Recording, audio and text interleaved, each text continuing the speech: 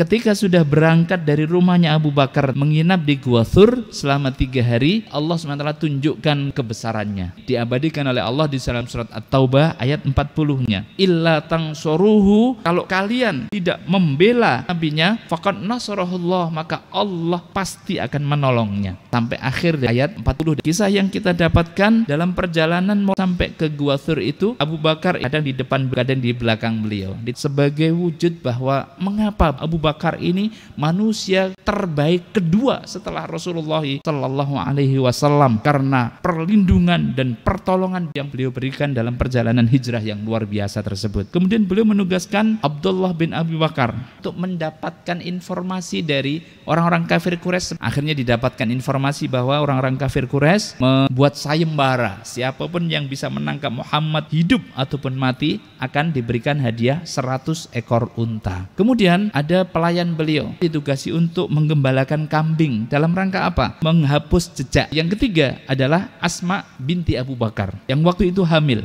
Ini bertugas untuk membawa makanan, membawa bekal makanan cukup banyak. Akhirnya selendang beliau bagi 2, yang kemudian dikenal dengan Dzatun Niqatain, wanita yang memiliki 2 selendang yang mulia. Perencanaan manusiawi dan cara sunnatullahnya dilakukan dengan baik, maka disempurnakan dengan pertolongan Allah. Begitu masuk gua, Allah perintahkan laba-laba untuk segera membuat rumah laba-laba. Allah perintahkan juga burung untuk membuat sarang burung dan bertelur di situ. Orang kafir ada yang kemudian bisa nyampe di depan gua tersebut, begitu mau masuk, loh ini kok ada rumah laba-laba. Yang kedua ada sarang burung. Tentu nggak mungkin, kalau orang baru masuk nggak mungkin ada. Akhirnya mereka berhenti ragu-ragu, mau masuk ragu-ragu. Pada saat Abu Bakar melihat kaki-kaki dari orang-orang kafir Quraisy yang mengejar itu, beliau sangat khawatir kalau misalnya mereka ini melongok sedikit saja, maka akan terlihatlah Rasulullah dan Abu Bakar.